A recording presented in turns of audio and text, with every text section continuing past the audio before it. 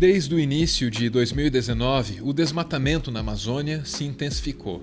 E era apenas esperado que isso acontecesse. Era apenas esperado que mais e mais árvores fossem ao chão, junto com a extinção de potenciais espécies de plantas, animais e insetos que nós nunca conhecemos e nunca iremos conhecer. Precisava ser assim. Tudo isso precisava acontecer. Porque se não fosse desse jeito, então o presidente estaria descumprindo uma promessa que ele fez durante a campanha. O Brasil não suporta ter mais de 50% do seu território demarcado como terras indígenas, juntamente com a área de proteção ambiental, com parques nacionais e essas reservas todas atrapalham o desenvolvimento. Até para derrubar uma árvore que já morreu, leva 10 anos. Você quer fazer uma pequena central hidrelétrica, é quase impossível. Não podemos continuar admitindo uma fiscalização xiita por parte do ICMBio e do IBAMA, prejudicando quem quer produzir. O Brasil escolheu destruir o seu patrimônio natural. Essa é a realidade dura e cruel dos fatos. Há quem lamente e há quem se dedique a mensurar, a medir o tamanho do estrago. Medir o tamanho do estrago é trabalho do INPE, o Instituto Nacional de Pesquisas Espaciais. Entre janeiro e julho de 2019, o Brasil desmatou 40% mais do que no mesmo período do ano passado. 5.879 quilômetros quadrados de floresta foram perdidos. O presidente da República não gostou de ver esses dados divulgados, principalmente quando ele foi questionado pela imprensa estrangeira. Os novos números de desmatamentos estão mostrando um crescimento assustador. O IBAMA está dando menos multas, menos operações. Primeiro você tem que entender que a Amazônia é do Brasil, não é de vocês. A primeira resposta é essa daí. E isso que acontece de muitas divulgações, por exemplo, como a de agora, de ontem, do INPE, é uma cópia de anos anteriores. Até mandei ver quem é o cara que está na frente do INPE, para ele vai ter que vir se explicar aqui em Brasília esses dados aí que passaram para a imprensa do mundo todo, que pelo nosso sentimento não condiz com a verdade. Até parece que ele está a serviço de alguma ONG, que é muito comum.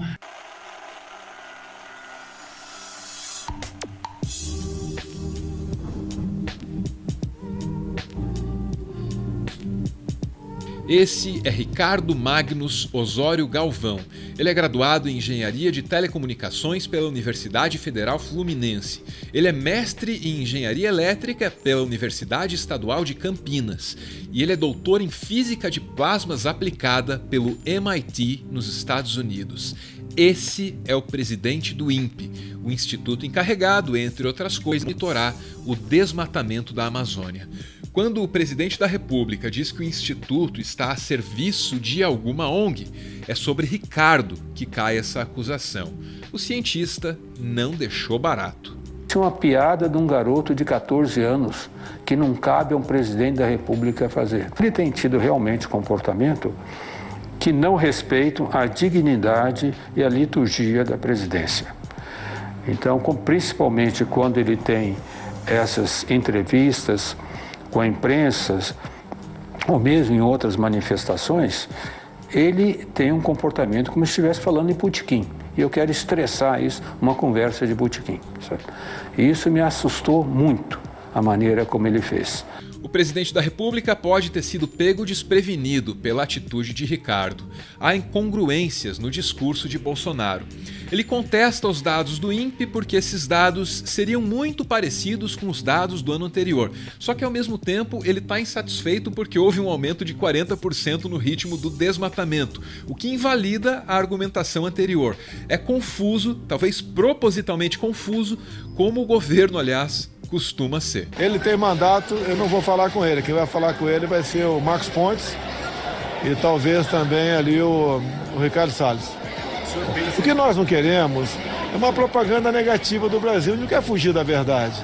Mas aqueles dados pareceram muito com o do ano passado e deu um salto, né? Então eu fiquei preocupado com aqueles números, obviamente, mas também fiquei achando que eles poderiam não estar condizentes com a verdade. Então, ele vai conversar com um desses dois ministros ou com os dois durante a semana e toca o barco. No mínimo, se o dado fosse alarmante, ele deveria, né, por questão de responsabilidade, respeito, patriotismo, procurar o chefe imediato, caso o ministro. Olha, ministro, tem os dados aqui, a gente vai divulgar, porque não devemos divulgar. O senhor se prepare, que vai ter alguma crítica, assim que tem que ser feito.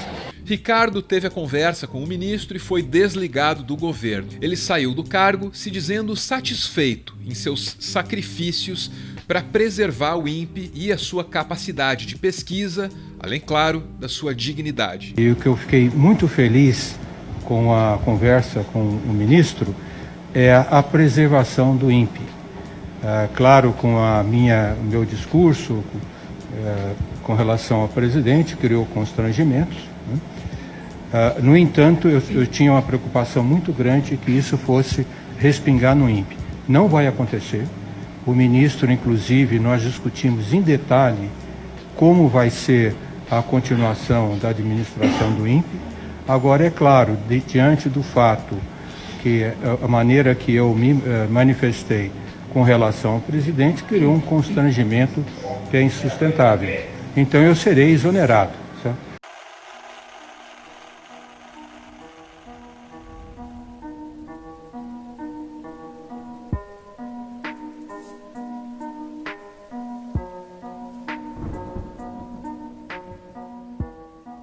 Se o Brasil quiser preservar a Amazônia, existe um arranjo institucional que o país precisa manter. As autoridades que monitoram o desmatamento não são as mesmas autoridades responsáveis por combater o desmatamento. Isso garante alguma isenção dos dados sobre o ritmo em que a floresta é desmatada. Se Ricardo, mesmo deixando o cargo, sai satisfeito, é de se imaginar que a satisfação dele seja em manter esse arranjo, que é tão importante para a Amazônia e também para a credibilidade do Brasil. Por que o Brasil sempre foi respeitado? Porque o INPE, sendo o Ministério de Ciência e Tecnologia, não é do Ministério que é obrigado a atuar e punir e fazer o policiamento do desmatamento. Então o Brasil sempre foi respeitado porque são dois órgãos distintos, quer dizer, quem cuida de policiar o desmatamento não é nosso chefe. Então nós fornecemos os dados e eles podem usar da maneira que acharem melhor. Então isso daí é muito importante, essa transparência de como os dados são obtidos foi muito importante para o país, para o seu prestígio internacional. Ricardo Galvão deixa a presidência do INPE para entrar no noticiário no primeiro momento e, claro, na história num segundo. E por isso que eu vou até fazer um adendo, não deveria falar aqui, mas eu vou falar claramente, quando eu me aborreci com o presidente, quando ele falou que os dados do INPE sobre desmatamento da Amazônia eram mentirosos.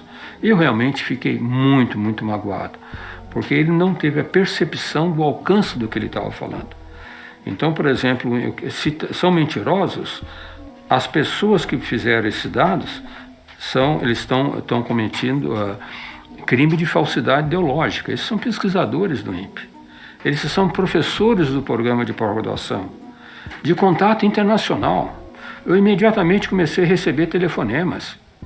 Quer dizer, ele está acusando pesquisadores de um prestígio internacional muito grande, com um curso de pós-graduação fortíssimo, nota 7 da CAPES, dizendo, olha, esses teus professores que estão dando aula, eles mentem sobre os dados. É na trajetória de Ricardo Galvão que se revelam as tensões e as incompatibilidades entre um governo que é anti-ciência e um homem que é um cientista.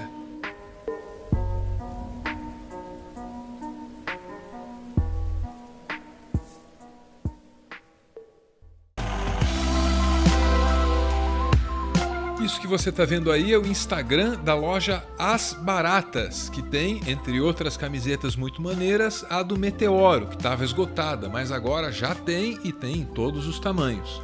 Lá você encontra, além da nossa, umas outras estampas bem bacanas. O endereço está aí na tela, você pode ver, mas, claro, só se você quiser.